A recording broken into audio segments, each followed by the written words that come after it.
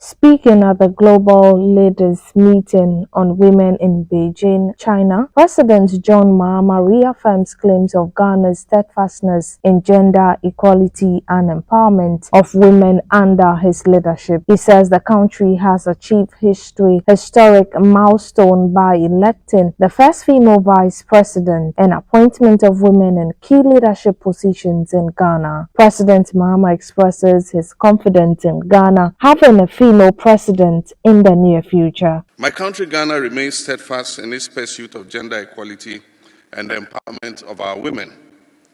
Under my leadership and in my capacity as the African Union champion for gender and women's empowerment, the government of Ghana has continued to take decisive steps to mainstream gender across our national development policies.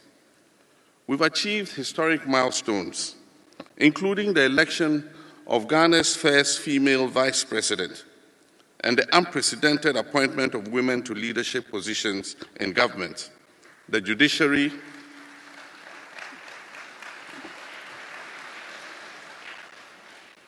the security services, and key national institutions.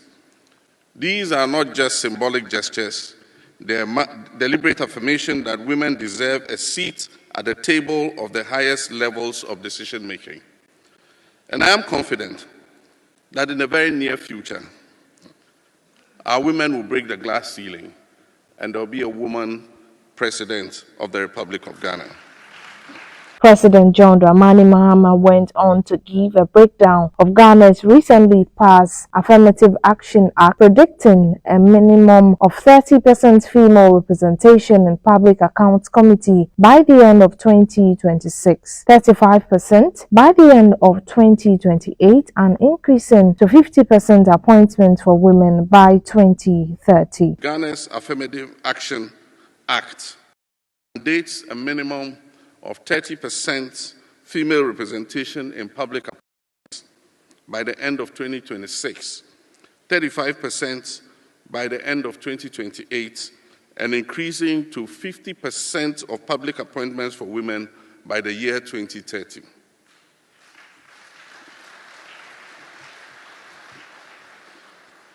To further empower women economically, Ghana is establishing a Women's Development Bank to provide low-interest loans, financial literacy, training, and business development support to our women entrepreneurs. This initiative is designed to advance financial inclusion and expand opportunities for women across all sectors of our economy. Mr. President, the global order is changing rapidly, and it threatens to reverse the gains made by the Millennium Development Goals and the ongoing Sustainable Development Goals. The global multilateral order and our rules-based trading systems are being jettisoned and are giving way to more unilateral actions by some global players. In this unpredictable environment, we need to focus on safeguarding the gains made by our women and other vulnerable groups since the Beijing conference 30 years ago. The African woman is particularly vulnerable, and I wish to use this platform to call on my colleague African leaders to focus on the welfare and empowerment of African women.